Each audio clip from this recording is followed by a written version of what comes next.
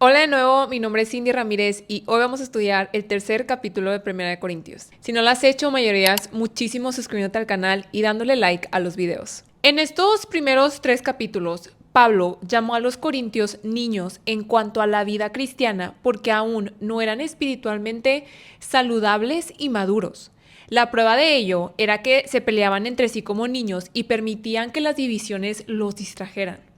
Los cristianos inmaduros son como los mundanos. ¿Por qué? Porque están controlados por sus propios deseos. Los creyentes maduros, en cambio, están en sintonía con los deseos de Dios. Aquí pregúntate, ¿cuánta influencia ejercen tus propios deseos en tu vida?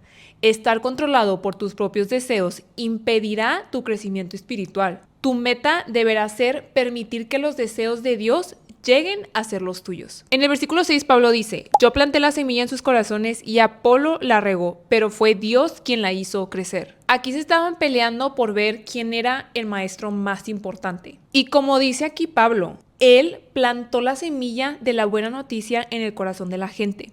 Él fue un pionero en las misiones, llevando el mensaje de salvación a todas partes. Apolo regó esa semilla, ayudando a los creyentes a crecer y a ser más fuertes en la fe. Dicho de otra manera, Pablo fundó la iglesia en Corintio y Apolos edificó sobre ese fundamento. Trágicamente, los creyentes en Corintio se habían dividido en fracciones, jurándole lealtad a diferentes maestros. Esto es tan relevante hoy en día porque hoy hay muchísimos cristianos que idolatran a la persona en la plataforma. Es importante recordar que cuando se acaba el trabajo de los predicadores, es Dios quien hace crecer a los cristianos. Nuestros líderes deben ser respetados, claro, pero nunca debemos usarlos para reemplazar a Cristo ni colocarlos en pedestales que vayan a crear barreras que dividan a las personas. El versículo 7 dice, no importa quién planta o quién rega, lo importante es que Dios hace crecer la semilla. El que planta y el que riega trabajan en conjunto con el mismo propósito, y cada uno será recompensado por su propio arduo trabajo, pues ambos son trabajadores de Dios, y ustedes son el campo de cultivo de Dios, son el edificio de Dios. Me encanta este capítulo porque aquí Pablo nos está diciendo que la obra de Dios requiere muchas personas con variedad de dones y capacidades. Es decir, no hay superestrellas para esta tarea, solo miembros del equipo que realizan funciones específicas. Podemos ser miembros útiles del equipo de Dios si dejamos de lado cualquier deseo de recibir gloria por lo que hacemos, en lugar de buscar la alabanza de la gente, algo que en comparación no tiene nada de valor. Busca la aprobación de Dios. Versículo 10 dice, por la gracia que Dios me dio, yo eché los cimientos como un experto en construcción. Ahora otros edifican encima, pero cualquiera que edifique sobre este fundamento tiene que tener mucho cuidado, pues nadie puede poner un fundamento distinto del que ya tenemos, que es Jesucristo. El fundamento de la iglesia, de todos los creyentes, es Jesucristo. Aquí Pablo está escribiendo que nada ni nadie puede tomar el lugar de Jesús. Un edificio solamente puede ser tan firme como sus cimientos. Si no tiene cimientos o sus cimientos son deficientes, no va a durar. El cimiento de nuestra vida es Jesucristo. Él es nuestro fundamento y nuestra razón de ser. Todo lo que somos y hacemos debe concordar con los patrones que ya estableció Jesús. Aquí hay que preguntarnos, ¿estamos edificando nuestra vida sobre el único fundamento verdadero y permanente o estamos edificando sobre un cimiento deficiente tales como las riquezas, el éxito y la fama? Hay que tener cuidado de cómo edificamos nuestra vida. En el versículo 16 dice, ¿no se dan cuenta de que todos ustedes juntos son el templo de Dios y que el Espíritu de Dios vive en ustedes? Dios destruirá a cualquiera que destruya este templo, pues el templo de Dios es santo y ustedes son este templo. Aunque algunos han aplicado estos versículos a su propio crecimiento espiritual, Pablo aquí está enseñando sobre cómo ministrar a otros. Aquí estamos hablando del versículo 10 al 17.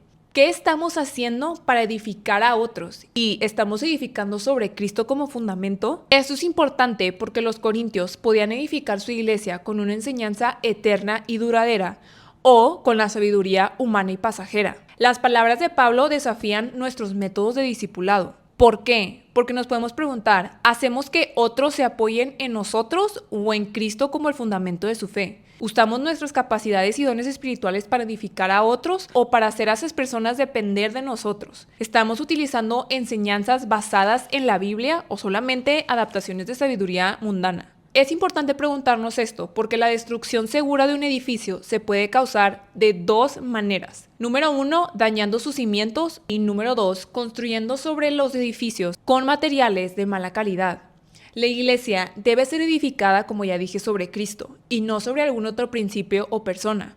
Cristo hará una evaluación de lo que cada persona haya contribuido a la vida de la iglesia y en el día del juicio revelará la sinceridad de la obra de cada persona. Dios va a decidir si la persona fue fiel o no a las instrucciones de Jesús. Como dice aquí en el versículo 14, si la obra permanece, ese constructor recibirá una recompensa. El buen trabajo será recompensado. El trabajo infiel o de mala calidad será descartado. En este capítulo dice que el constructor se salvará, pero como quien apenas se escapa atravesando un muro de llamas. Significa que los que hayan sido infieles en su trabajo, de todos modos serán salvos, pero por un pelito. Ahora, en este capítulo Pablo también quería dar a entender a los corintios que eran una congregación unificada, porque aquí en este capítulo dice que todos ustedes juntos son el templo de Dios y que el Espíritu Santo de Dios vive en nosotros.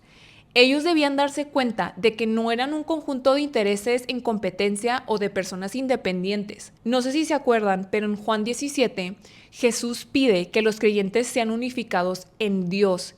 Y aquí Pablo le da ese mismo énfasis a esa oración. ¿Cómo se ve esto prácticamente? Simplemente preguntándonos qué podemos hacer para unificarnos como iglesia y para fortalecer los vínculos que tenemos con otros cristianos en la iglesia. En el versículo 18 dice, dejen de engañarse a sí mismos. Si piensan que son sabios de acuerdo con los criterios de este mundo, necesitan volverse necios para ser verdaderamente sabios. Pues la sabiduría de este mundo es necedad para Dios. Como dicen las escrituras, Él atrapa a los sabios en la trampa de su propia astucia. Y también el Señor conoce los pensamientos de los sabios, sabe que no vale nada. Ahora, aquí Pablo no está diciendo que los corintios debían despreocuparse por la búsqueda del conocimiento. Lo que les advierte es que no se gloríen en la sabiduría de este mundo. La manera de pensar de Dios está muy por encima de la nuestra. Él conoce los pensamientos vanos de los sabios. Los corintios estaban jactándose de la sabiduría de sus líderes y sus maestros, pero ese mismo orgullo causó que le dieran mayor valor al mensajero que al mismísimo mensaje. Debemos poner nuestra fe solo en Dios y en nadie más. De hecho, termina Pablo diciendo, así que no se jacten de seguir a un líder humano en particular, pues a ustedes les pertenece todo, ya sea Pablo o Apolos o Pedro, o el mundo, o la vida y la muerte, o el presente y el futuro. Todo les pertenece a ustedes y ustedes pertenecen a Cristo y Cristo pertenece a Dios. Aquí Pablo está señalando que tanto la vida como la muerte son nuestras. Los incrédulos son víctimas arrastradas por la corriente de la vida que se preguntan si hay algún sentido en ella. En cambio, los creyentes pueden aprovechar bien la vida porque comprenden su verdadero propósito. Los incrédulos solo pueden temer a la muerte, pero para los creyentes la muerte no es motivo de temor porque Cristo ya conquistó plenamente todos los temores. En realidad, la muerte es solo el comienzo de la vida eterna con Dios. Coméntame cuál fue tu versículo favorito del capítulo 3 y te veo mañana en el capítulo 4. Bye.